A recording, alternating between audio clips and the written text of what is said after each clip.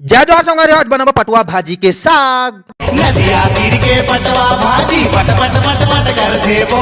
इही गांव के टूरी मनहा मट मट मट मट कर देवो। क्या कंसा माला ले डारिया जी है ना जी। सरकारी चाना नहीं हुई तो प्राइवेट घलो चल जाई। सुखी मिर्चा और दुनिया भर के तीज पातला ले डारिया जी है ना जी। जम्मा भाजी का टीप टिपला दे से धर के आंट के बढ़िया सुगा तोड़ डारिया जी है ना जी। भाजी करे पट पट तो समझ जाओ यही तो पटुआ भाजी है। बनने सुगर पानी में देसे करके खल्हार के ढो डारिया जी है ना जी, नहीं तो खसरा लगेगा।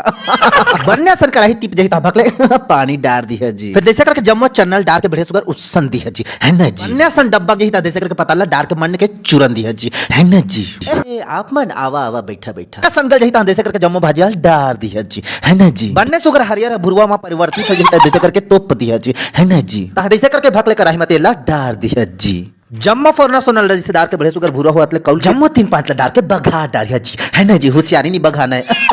ऐसा करके नूलापुर पुरवा के सरबेट डालिया जी है ना जी। मैं हल्दी नहीं डालूंगा दादा महकेगा। ऐसा करके तोप के मन के चिरन दी है जी है ना जी। मैं बारी कोती से आ रहा